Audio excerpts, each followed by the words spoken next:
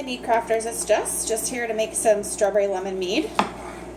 Just kind of whipping this together. I don't really have a recipe, but I've had some success with strawberry pineapple, and I had I was making another video with some wild fermented mead with some yeast that was wild yeast, and I have a video of how I made the wild yeast with the ginger bug. I made these two bottles, which you'll see in the other video, of just some plain show mead and some blueberry mead with that ginger bug, and I show how I go from ginger bug to mead. And I had some left at the bottom of the bucket, so I was like, I want to use the yeast, I don't want to waste it, and there's probably some good honey in there, and I had a jar of honey just sitting, so I'm just going to cut up some strawberries, put them in. And I don't have a lemon right now. I used my lemon in the other recipe, so I'm going to open up my lemon juice from the grocery store, and see if this turns out. So this is my mead session today. Should have probably opened this before I started the video, but got it. So here's my lemon juice. Let's put, I really want it really lemony, so I think we could put a cup in, maybe. Let's put a cup in.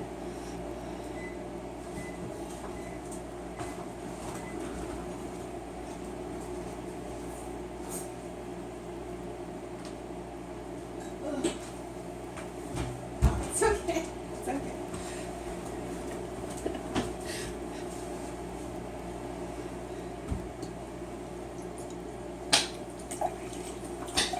Cup's going to be a lot, but there's also a lot of honey in this, so I think it'll be a nice acid to balance out the amount of honey that's not going to ferment, the amount of sweetness that's not going to ferment out naturally. In goes the lemon. Not quite done putting the honey in. I'm using some local honey I got at the organic store, but I'm about to get a bucket of honey from a apiary that is wild and raw, unprocessed. So, all right, so we've got our lemon in, our lemon juice. Obviously, an organic lemon would be better with some zest, but I don't have that on hand at the moment. Honey's going in, getting the rest of the honey in.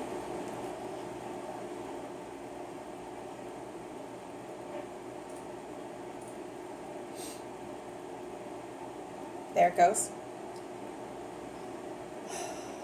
Not sure how much strawberry to put in.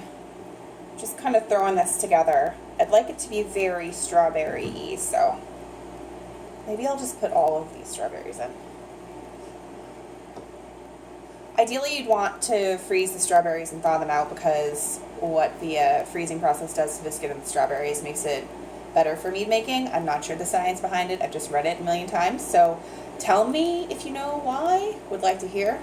But yeah, that's what you should do, is put it in the freezer and thaw it out. But this is so impromptu that I just had some strawberries in the fridge that I was going to freeze for this anyway. Just going to toss them in. Honey's almost done. It's going. Yeah, so I already made today these guys. This is the show mead. Just from the ginger bug in the bucket. In the bucket I had organic limes and, lemons and oranges sitting in there for about 4 days with the ginger bug and some water and some honey.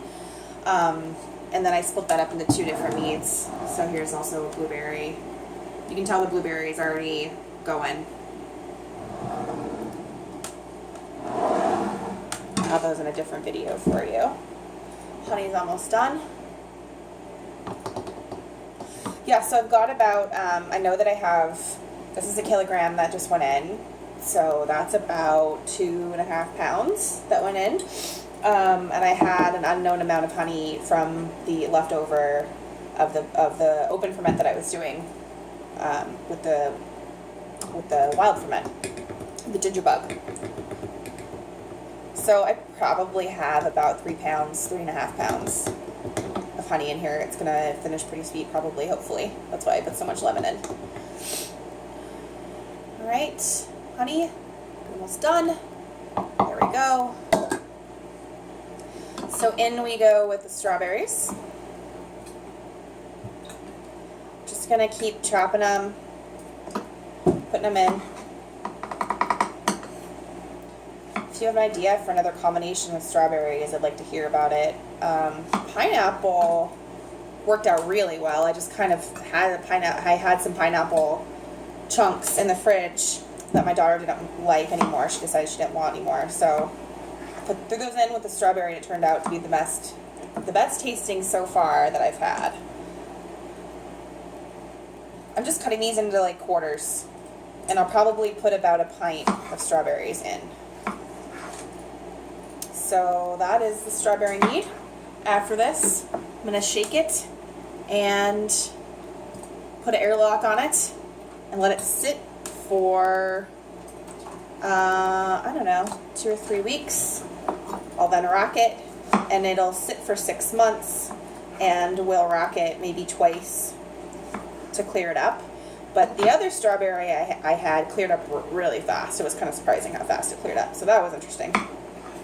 But yeah, if you have your own strawberry mead recipe or you use this recipe, let us know. We'd like to hear about it.